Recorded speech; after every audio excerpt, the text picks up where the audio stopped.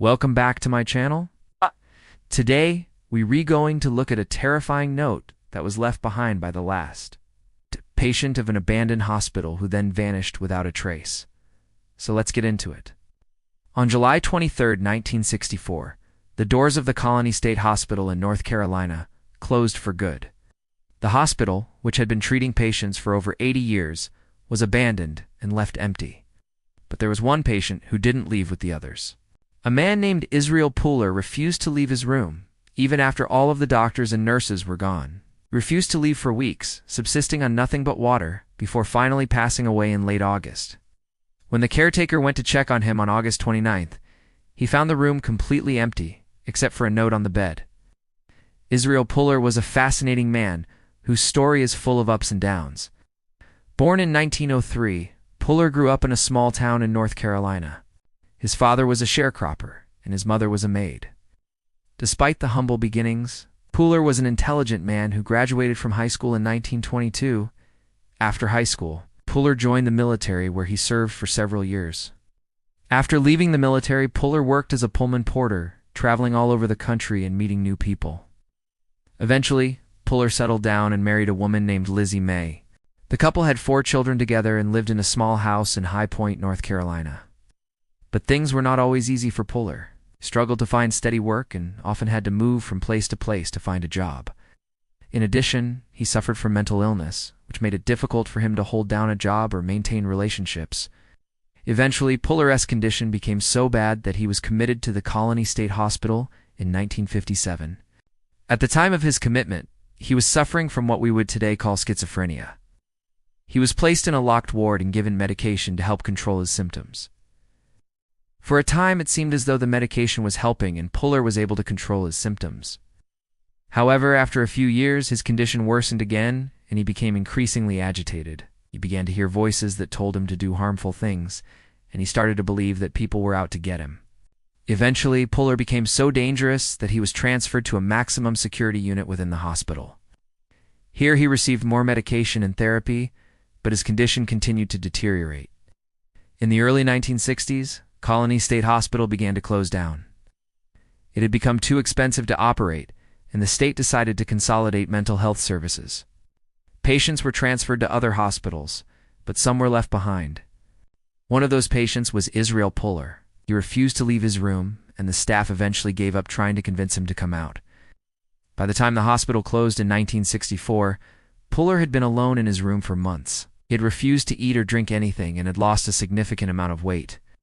When the caretakers finally entered his room on August 29th, they found him dead. An autopsy revealed that he had died of starvation. When they searched the room, they found a note on the bed which read, "Don't let her in." But who was the note about? Now, how did the hospital staff know who it was? Well, the answer lies in Puller's past. While working as a Pullman porter, Puller met a woman named Helen Viola. They fell in love, and he left his wife to be with her.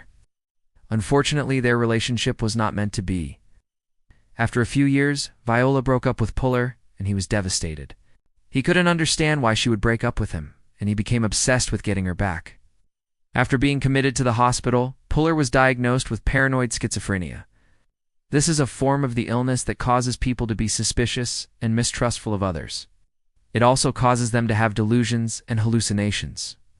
In Puller's case, he believed that Helen Viola was out to get him, and that she had put him in the hospital to get away from him. He also believed that the hospital staff were in on it, and that they were trying to keep him away from Helen. He would often scream and yell, "Don't let her in. She's after me." This is likely what the note meant, and why the hospital staff knew exactly who he was talking about. As mentioned before, the hospital staff had given up on treating Puller.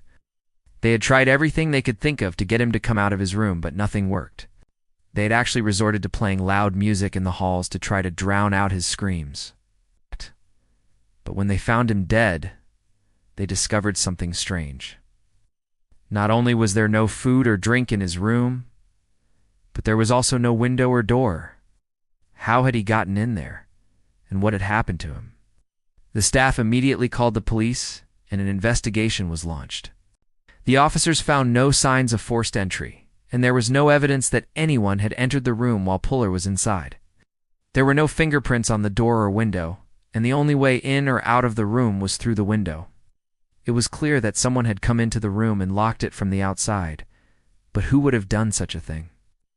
And why? One theory is that Puller's son came to visit him and accidentally locked him in the room.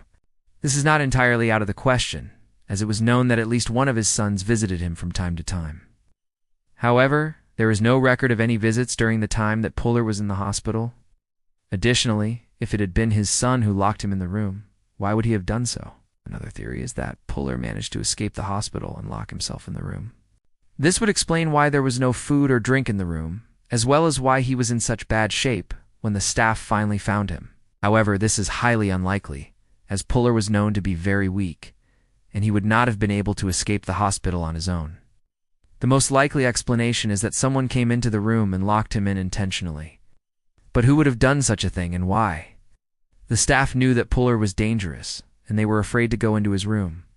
Additionally, they had no reason to believe that he would starve himself. Therefore, it is unlikely that they would have purposely locked him in the room. This leaves us with two possibilities. Either someone from the hospital staff came into the room and locked him in as a cruel joke, or someone from outside the hospital staff came in and did it for unknown reasons. What makes this case even more strange is the fact that the door and window of the room were both locked from the outside. This means that whoever came into the room did so using a key. It was possible that someone stole a key from the hospital in order to gain access to Puller's room. But this is just speculation. Truth is, we may never know what happened to Israel Puller, or who was responsible for his death. The Colony State Hospital was demolished in the years following its closure, and all that remains of it today is a parking lot and a few empty buildings. Puller's grave is located in an unmarked grave in the hospital cemetery.